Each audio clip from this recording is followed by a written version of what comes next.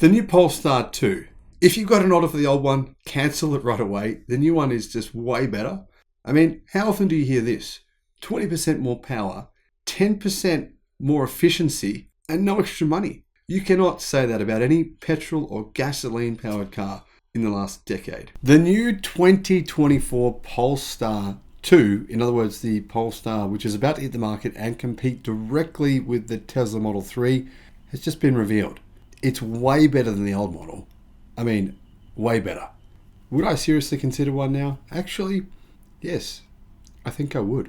Hello, my friends, and welcome to the channel. Great to see you, and welcome to all the new subscribers, and welcome back everyone else. I just want to say thank you so much for your support. It's been amazing.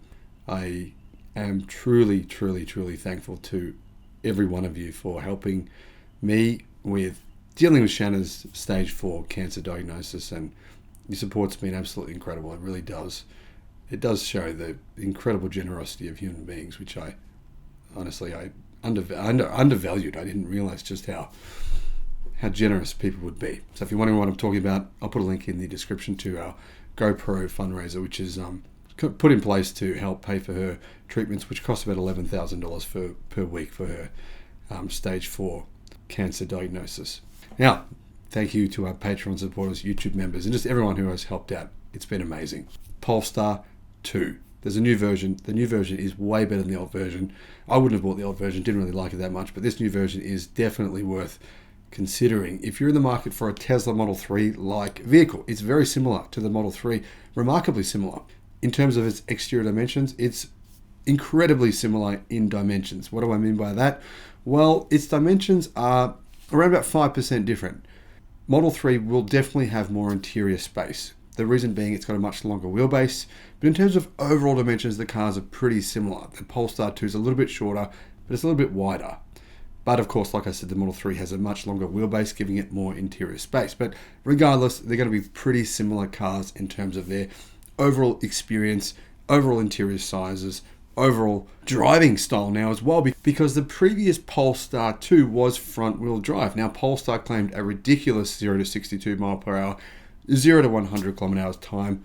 It was completely unrealistic.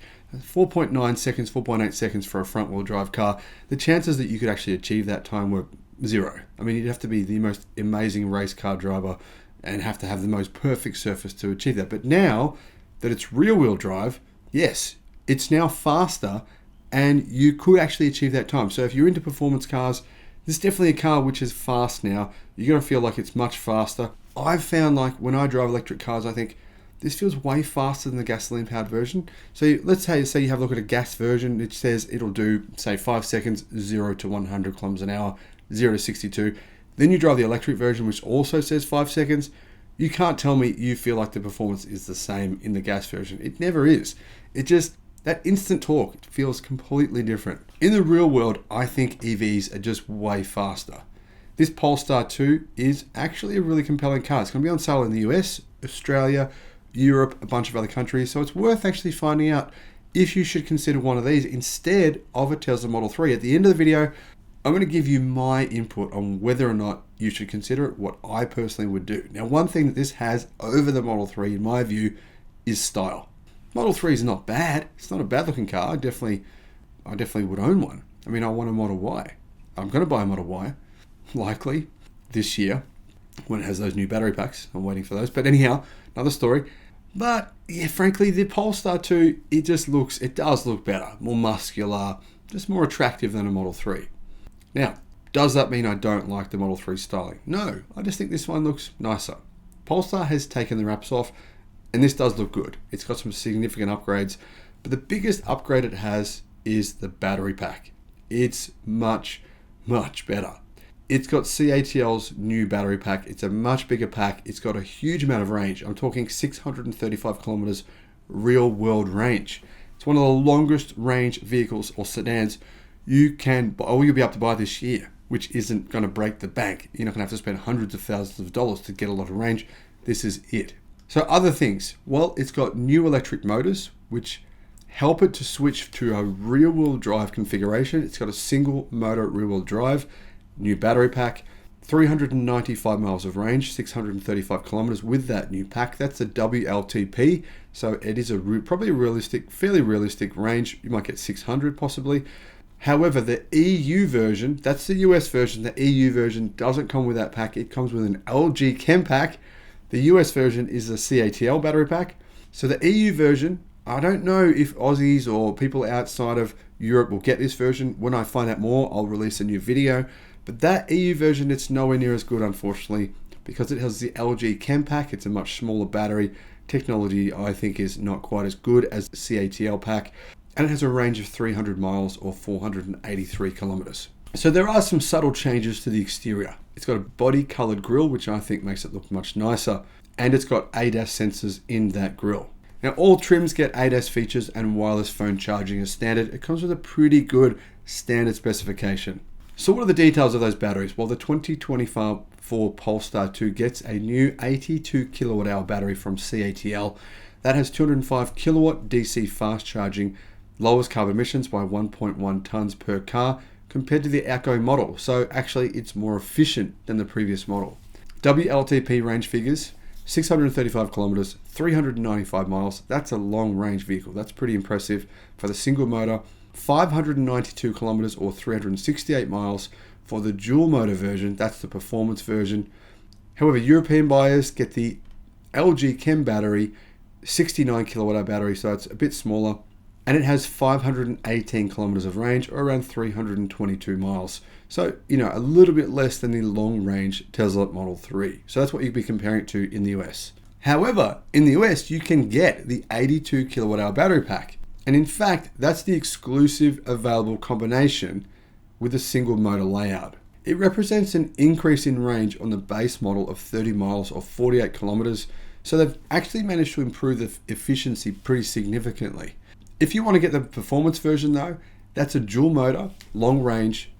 It has the same 78 kilowatt hour battery, but it gets 270 miles or 435 kilometers of range, which is 21 miles and 34 kilometers more than before. In other words, the dual motor version is just a no. It's a flat out no. If you're going to get the dual motor version, don't get this car. You're definitely better off getting the Model 3 Performance, which is going to give you significantly more range. 435 kilometers, it's not an option I would be considering. However, if you're looking for a long range car, well, clearly the long range model will give you more range than Tesla's Model 3 long range. In fact, nearly 100 kilometers more range, according to claims. Whether those claims are true, that's another story. But according to claims, this is one of the longest range vehicles in this price point you can buy anywhere in the world. So the new electric motors. The entry-level trims are now rear-wheel drive instead of front-wheel drive. That, in my opinion, is a good improvement. They all come with a new permanent magnet motor and silicon carbide inverter producing 295 horsepower, that's 220 kilowatt, and 490 newton meters of torque. That's 361 pound-feet of torque. You'll have no problems scrabbling the wheels, hearing that screech of acceleration, losing traction if that's what you like to do. So that's a pretty big increase of the previous model. In fact, I would say massive. 67 horsepower, 50 kilowatt, and 160 newton meters of torque compared to the previous model. As a result, the 0 to 100 time is now 6.2 seconds for the base model variant, which is 1.2 seconds faster than the previous model. To be honest, it's slower than what I would have expected considering those power and torque figures. But regardless, as you can see, it's very, very simple. It seems very simple for companies to massively increase power and torque figures of their cars without actually ruining the range of them. It's amazing. Look at this. Efficiency goes up, right, by 10%. Power goes up by 20%. Tell me which gasoline-powered car has achieved that figure in history.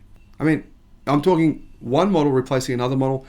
I looked this up. I cannot find evidence of this ever happening. That the power has been improved in the next generation, right, for no loss of efficiency, but a gain of 10%. That's pretty amazing.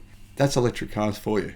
The dual motor all-wheel drive variants get a new rear biased setup, combining the same rear mounted motor with a new synchronous motor at the front that disengages when you're not using it to improve efficiency. Combined output, 416 horsepower or 310 kilowatt, 740 newton meters, that's 546 pound-feet of torque. That makes the car go from 0 to 100 in 4.5 seconds. And that's 13 horsepower or 10 kilowatt and 30 newton meters and 80 newton meters more than the outgoing previous model Polestar 2 all-wheel drive. But you can get more power if you want it. There is an optional performance pack that increases the power to 470 horsepower, which is 350 kilowatt, and improves the 0 to 62 or 0 to 100 kilometer an hour time to 4.2 seconds. As you can see, it's still a fair bit slower, surprisingly, than the Model 3 Performance. In fact, quite slower. But both of them are insanely fast. I don't think you're going to care really about the difference between those two. But I mean, if your outright goal is to get performance, obviously the Model 3 Performance is quite a bit faster, 3.3 versus 4.2 seconds. However, you can buy that performance increase as an over-the-air update. Volvo says the power boost can be purchased as an over-the-air software upgrade on the long-range dual motor trims. Besides the extra power, the performance pack adds Brembo brakes, forged 20-inch alloy wheels, and a set of Öhlins dual flow valve dampers. So that would be a pretty fun car to drive, I think. Volvo and Polestar, or Polestar specifically here, are saying that they spent a lot of work tuning this car, especially the performance model, to give it better handling. And it sounds like it's going to be a popular car with people who are into that, right? The Polestar 2 is already on sale in European markets. The first deliveries are expected in the third quarter of this year. Pricing starts at 50,000 euros, 50,190 or 54,540 US dollars for the standard range rear-wheel drive model. So it's more expensive than a Tesla Model 3, going up to 64,700 euros or 70,300 US dollars for the flagship long-range all-wheel drive with the performance pack. So that's the most expensive model. I think that model is pretty good value, 64,700 euros for that performance model. I would definitely consider that one if I was going to go for any of these models. The base model variant, I don't think it's that good of a value compared to the base model Tesla Model 3, which is a lot cheaper.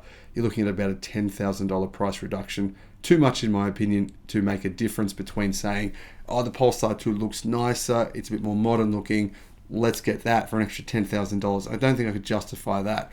However, if you're looking for the performance version, that's where maybe you could justify it. It's got that bigger battery pack. You're going to get quite a lot of range out of that car, and I think that would be a really interesting performance car for the price.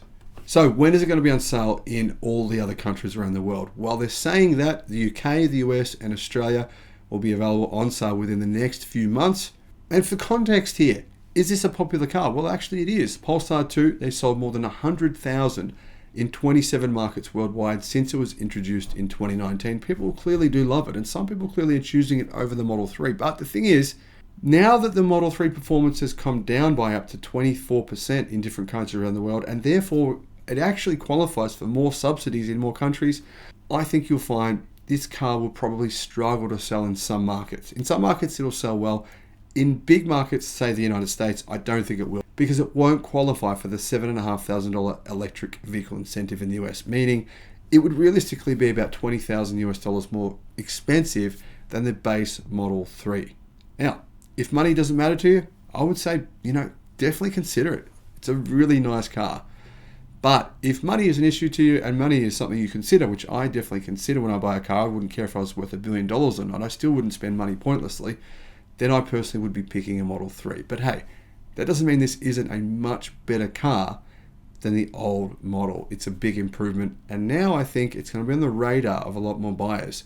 If you want a long-range car, you can't really get many different models with 630 kilometers of range. That's that spot where I think people would say, you know what? Long-range driving, this is a really impressive option. Let me know your thoughts in the comments. Thank you for watching. Bye-bye.